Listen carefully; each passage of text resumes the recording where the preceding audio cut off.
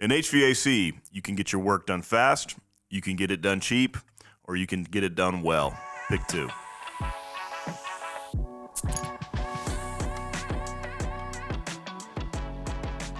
I'm Wright Brennan. This is the Lost in the Midlands podcast, brought to you by our two amazing sponsors, Midlands Dumpster Services, experts in trash, and C. Wright Roofing, your experts in roofing. And today I'm here with my friend, Bubba Labombard. Bubba, thanks for hanging out. Yes, sir.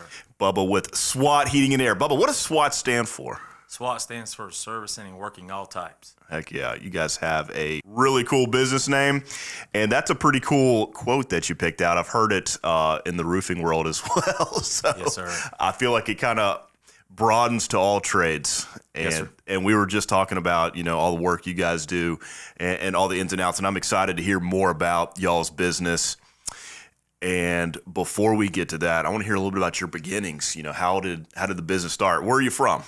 I'm from Lexington. I've been in the Red Bank area all my life. We was actually in Columbia till I was about 4, and then 4 moved to Platt Springs Road. Been there ever since. Awesome. And you were just telling me you've been working on HVAC units for, since forever? Yeah, I started out with my dad as far back as I can remember, going places, doing things. My dad on the weekends, I think every Saturday for about 18 years of my life, we got up and went somewhere and did some work somewhere. Whether it was half a day, so just program Saturdays like Friday or Monday. It's just 7:30, get up, we got to go. Another day to work. That's it. Beautiful. When you were in your early days, did HVAC kind of strike you as, hey, I can do something with this? Is this something that you were kind of planting seeds? Well, it's something I really enjoy. I don't get up and go to work. I get up and go have fun. I really enjoy heating and air. It's something that I do. My daddy used to tell me something, and I didn't understand it till after years of doing it, but you fix units in your sleep. And I used to think, that's crazy. I mean, I'm 15, 16 years old, and I think, what kind of statement is that? But over the years, stuff that, that had problems, I have fixed units in my sleep, had the answer the next day. So I know what he's talking about now. I didn't then, but I got it now. Yeah, well, that comes with just years of experience. That's correct. Working on many units.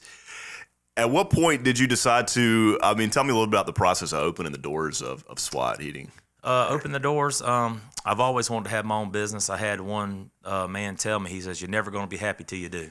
Yeah. And he was right. He told me some other business things that he was right on, and I didn't listen, and I wish I could go back. Hindsight's 20/20. But to open the doors, I was going to start it years back, and I got so busy by myself I couldn't do it. There's no way. It's just too much. I wasn't even going home. So I took a break on that, and then I got where I, had saved some money and did some things and got some stuff put together where I could start and do that. And, it's just time. And, America's a free country. You got choices, and sometimes not making the choices is a choice also. No choice is a choice. And I was just ready to do something different. I'm tired of, working for everybody else and, not doing it for myself. That's awesome, and part of the American dream right there. I'm ready to, that's it. Take a swing. Sir. Tell me about some of the challenges in the early days. I know you said, one sounds like a common one. Hey, I was doing everything, and then all of a sudden. Yeah. Challenges one of the biggest challenges is trying to please everybody at one time. That's not going to happen. Yeah. I'm just in the real world. Being a realist, you're not going to please every person. Like one person said, you're never going to get 5 stars. But our goal is 5 stars every time. If I do not get 5 stars from you, you will get a phone call. Yeah. Because I want to know what I can do better. What can we do better? So some of the struggles in the earliest is trying to figure out different people because everything doesn't mean the same to everyone. Some people care about the way something looks more than the way it is. So it's trying to please a customer, make someone happy. It's probably one of the biggest struggles in keeping people happy because you can't. One of my sayings to my employees is, the customer's always right until I tell them they're wrong. You'll never tell them they're wrong. So. Yeah. And that's something that, you hear that a lot. Business is a lot about people. And you might be excellent at doing the work, but there's a whole nother side to it that you're going to have to master too. Because, the HVAC unit's not going to pay you. It's a person. That's right. They got to feel like they're confident in what you do. A happy customer is a good customer. And a happy customer is a good customer. Over the years, have you gotten a lot of word of mouth? Is that, it sounds like you kind of focused on making them happy. And yes, that would probably be 90% of my work would be word of mouth. That's what we started on. Always word of mouth, no advertising, just people. You do people right. You be available. You make yourself available to them. Yeah. My number one call most of the time is, hey, when can you come? I'm on the way. Man, I can't believe that. I've probably heard that as many times as the day is when people call, just the fact of, when can you get here? Now, there's sometimes where, 17 calls come in a day. We're not, there's only so many hours. So, but we strive to get to that customer, and we strive. Customer service is 100% our motto. Yeah. And when you get 17 calls, it's what, 100 degrees outside. Everybody's unit's going down. I mean, y'all do have like a seasonal peak season. It gets hot and everything goes. Yeah, we do. It just depends though. After lightning storms, after a bad lightning storm, with the way the electronics are made, even surge protectors and things today, electronics are sensitive to power. Yeah. They're sensitive. That's why they got resistors on them. That's why they got protection on them. So, I mean, you can almost guarantee somebody's getting an HVAC call the next day after a lightning storm. Yeah. And like we had the one lightning storm about a month ago where it was popping like 17 bolts of lightning, and within that hour, we had 2 calls just came from that lightning storm. Wow. So, just depending on what's going there, what's happening. But usually the hottest, of course, hot. I mean, the biggest thing is people don't want to pay attention to their units until it's hot. Well, PMs are to help you before you get there. So, the units and houses are designed on a 95-degree curve. Yeah. So when it gets 100 degrees, you're 5 degrees behind the curve. Then when you don't have your unit service, it's dirty or low freon, or you haven't changed your filters. Probably the worst thing that cringes me when you go to a house and say, hey, have you changed your filters? And they say, what is that? Actually, I just close my eyes for a second. Like, imagine what I'm about to see. We changed the unit in Lexington, and the lady said, I haven't changed the unit filter in 12 years. She was correct. Her indoor coil was a filter. I mean, that unit, and think of that unit made it 15 years. It probably could have been one of them 20, 25-year-old units that had been taken care of. I guess you know what the problem's going to be when they say that. So, well, we know what we got to do. Know where to start at, that's for sure. Know where to start. You said PM. Can you explain to people what a PM is, kind of? A PM is preventive maintenance. A PM is checking all the things that would keep a unit running at 100% efficiency. So you can have a dirty coil, and you can have your pressures higher, which can't get rid of the heat like it should outside. And mostly, and we're talking about summer most of the time.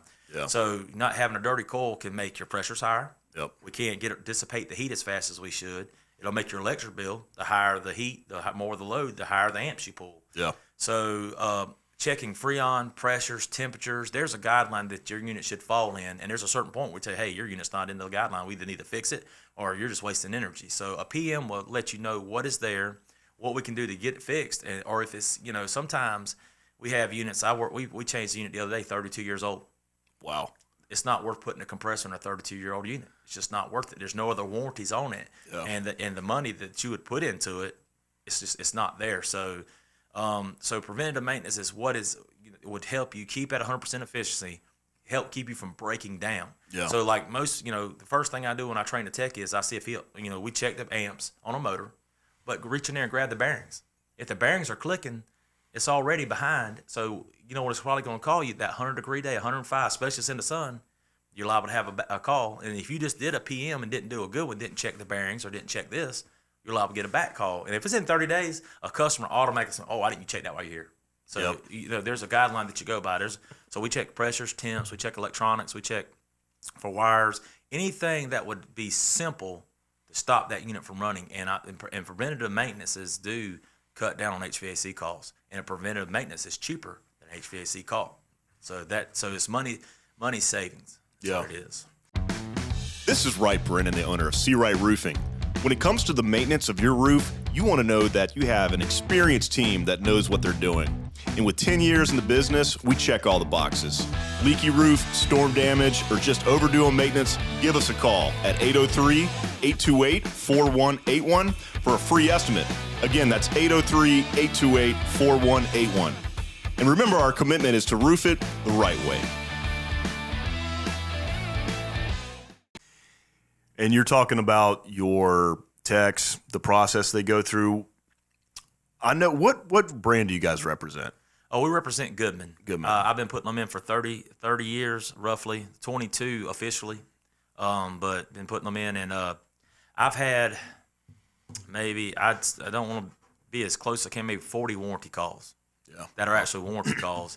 And they do say that most of the installs are 70% of failure because of wrong installs. People just putting in, hey, I want to upsize my unit, but you don't upsize the ductwork. Yeah. Or, hey, I want to do this, and they don't make the proper adjustments for a unit.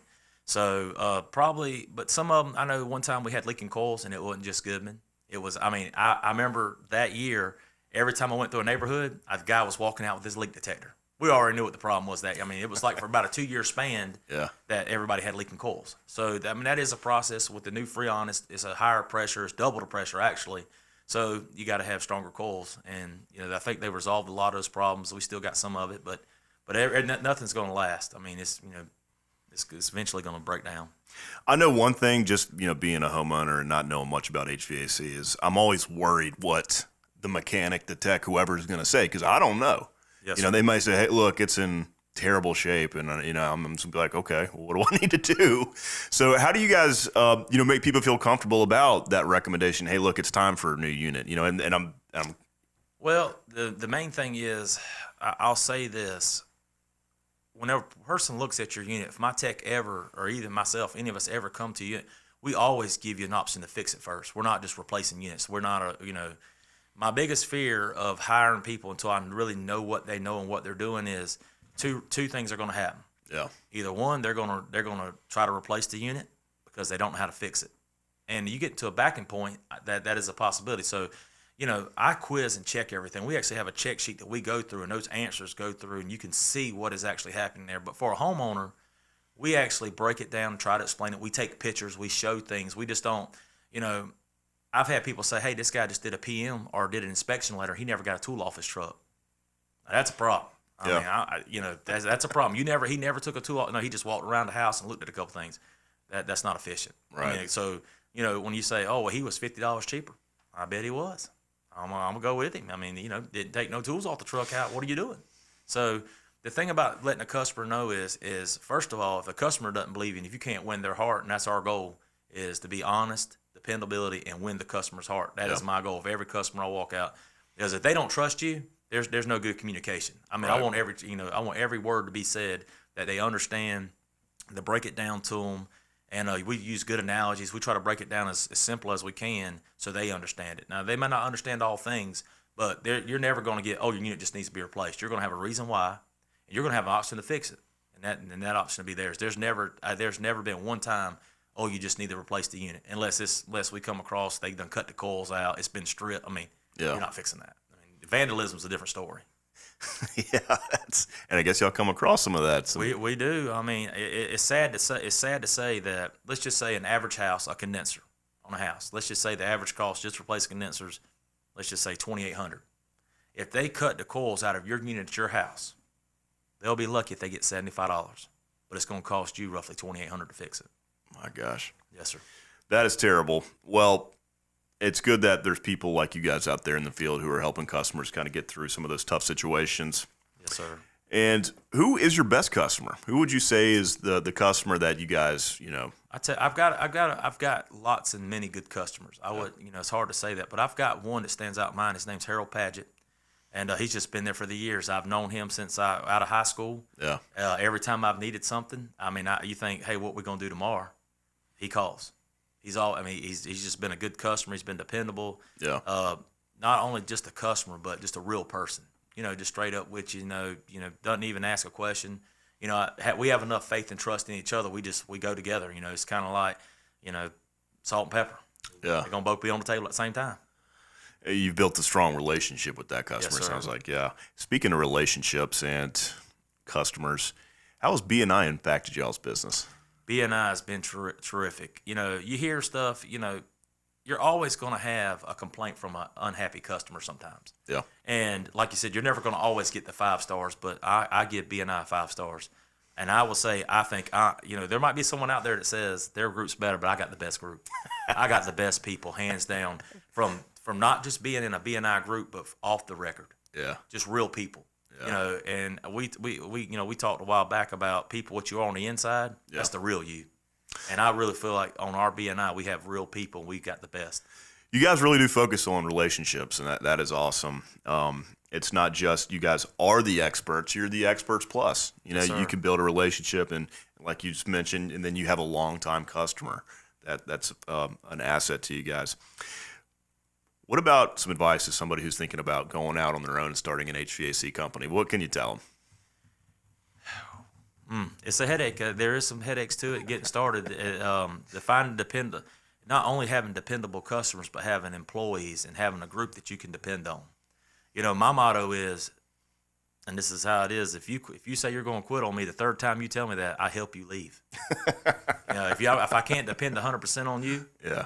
then you won't come. I'm thinking about leaving. The third time, you won't be thinking about it. You'll be rolling on out the door. Dependability in a company, and it is very hard to find dependable people to go that you can trust, that I can trust what they say. Like I said, I have a group. If my guys don't know, we're not okay with just saying that's just how it is. Yeah. I've never been okay with that. Hey, how does that work? I don't know. That's just how it is.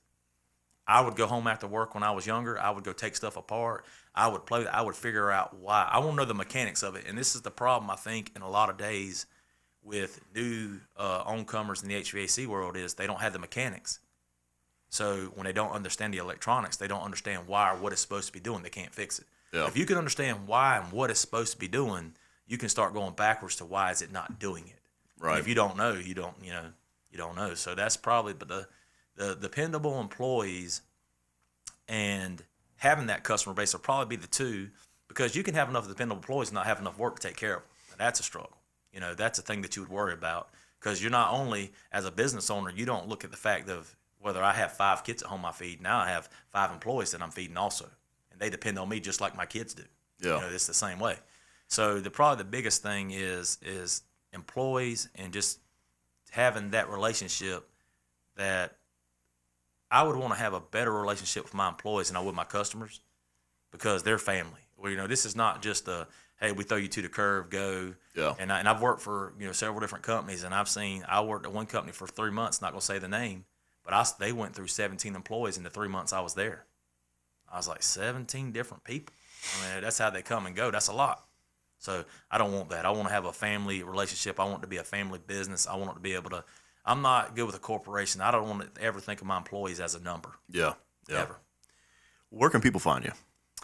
They can look at. We're on Facebook. We're on. We have a website, SWAT Heating and Air LLC.com. We have Instagram. We support Gilbert softball. We got signs out there. We're in BNI, which is a great connection group. We're slowly getting some stuff on the trucks. But you can find us. You can call us at 803-606-1365, or you can look on the web, internet, Facebook. We're there if you need us. Fantastic. Hey, Bubba, thanks for coming on, man. Yes, sir. Thank you.